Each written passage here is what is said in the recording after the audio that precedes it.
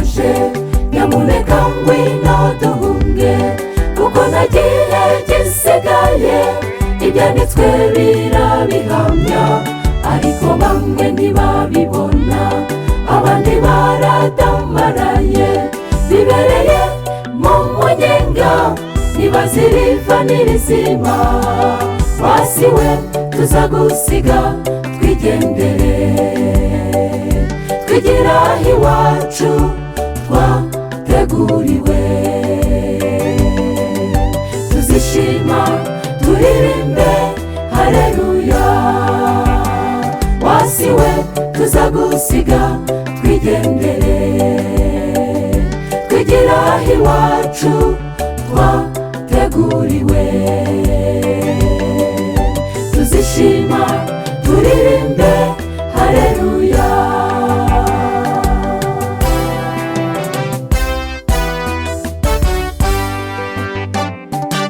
Ari gukora cyane, ashaka abo yagamburuza, babavutse kuzabona ibyiza byo mu icyo gihugu. Ariko nubwo ari umurwanyi, we ntabwo ashobora gutsinda. Umwami yaramutsinze, yamutsindiye i Gologota. Wasiwe tuzagusiga twigendere, twigira iwacu twateguriwe.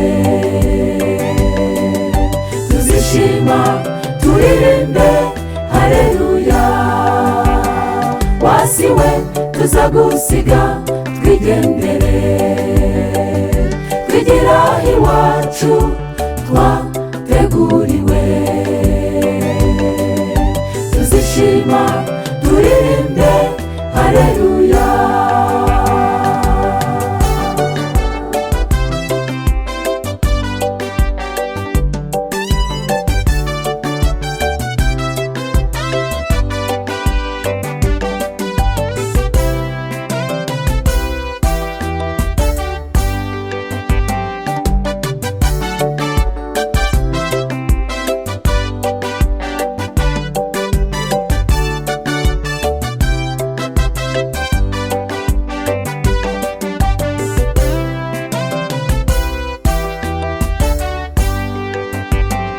Abantu bo muri iyi minsi bibereye muri bizinesi, badashakira ubutunzi, ibindi byo bizaze nyuma.